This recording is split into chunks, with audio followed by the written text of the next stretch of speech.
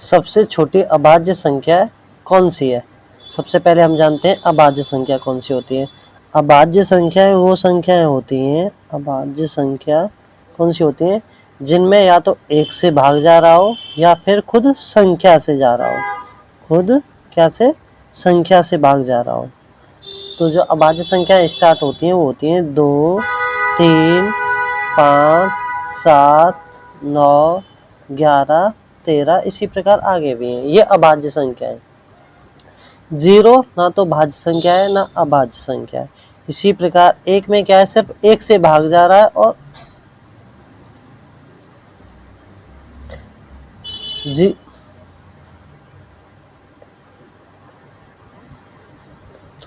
0 ना भाज्य संख्या है ना अभाज्य। इसी प्रकार ये एक पूर्ण संख्या है। कौन सी है?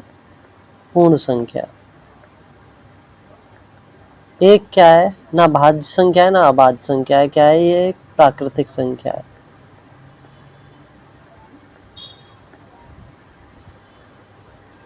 दो, जो सबसे छोटी अभाज्य संख्या है, देखो इधर हमने अभाज्य संख्या लिखी थी, तो जो सबसे छोटी अभाज्य संख्या है वो क्या है? 2 ही है। तो अपना जो आंसर है वो क्या है? अपना आंसर 2 ही है। उसके बाद जो बड़ी संख्या आती है वो क्या? 3 आती है। तो हमें क्या है, सबसे छोटी पूछी है, सबसे छोटी अभाज्य संख्या कितना है अपना? 2 आंसर। सहअभाज्य संख्याएं वो होती है जिनका कोई उभयनिष्ठ गुणनखंड नहीं होता है। क्या? जिनका कोई भी उभयनिष्ठ गुणनखंड नहीं होता है। जस्ट एग्जांपल के लिए क्या मैं ले लूँ, 18 और 35। 18 के फैक्टर करेंगे 2 × 3 × 3, 35 के क्या आएंगे 5 × के 7। तो इसमें कोई गुणनखंड मैच हो रहा है आपस में? कोई मैच नहीं हो रहा है। इसका मतलब इनमें क्या मैच हो सकता है? एक मैच होगा। क्या? एक मैच होगा। तो सदैव याद रखेंगे अभाज्य, 2 सहअभाज्य संख्याएं तो उनका महत्व समावर्तक HCF सदैव कितना रहेगा? 1 रहेगा। तो अपना आंसर क्या है? B option 1। संख्या 58742 में अंक 8 के स्थानीय मान प्लेस वैल्यू और अंकित मान का अंतर कितना है?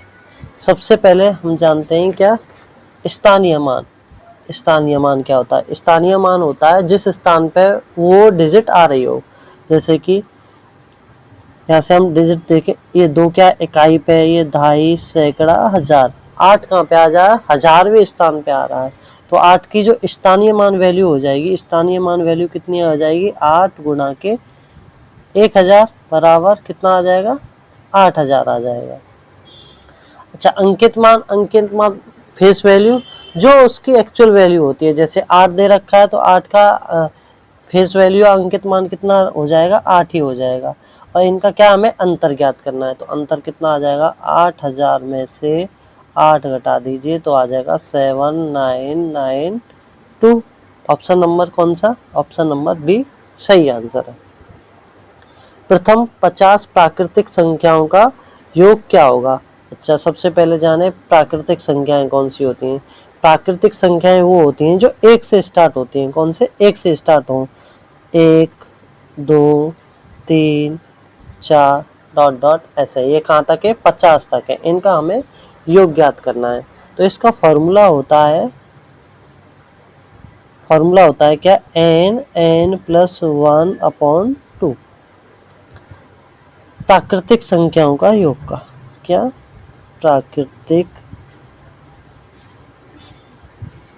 संख्याओं का योग।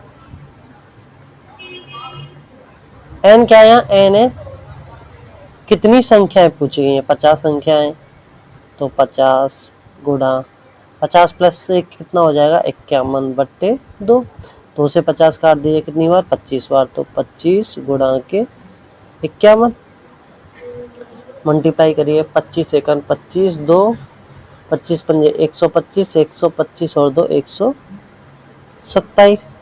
ऑप्शन को कितना आ रहा है? 1275। 1275 ऑप्शन नंबर 3 अपना सही है।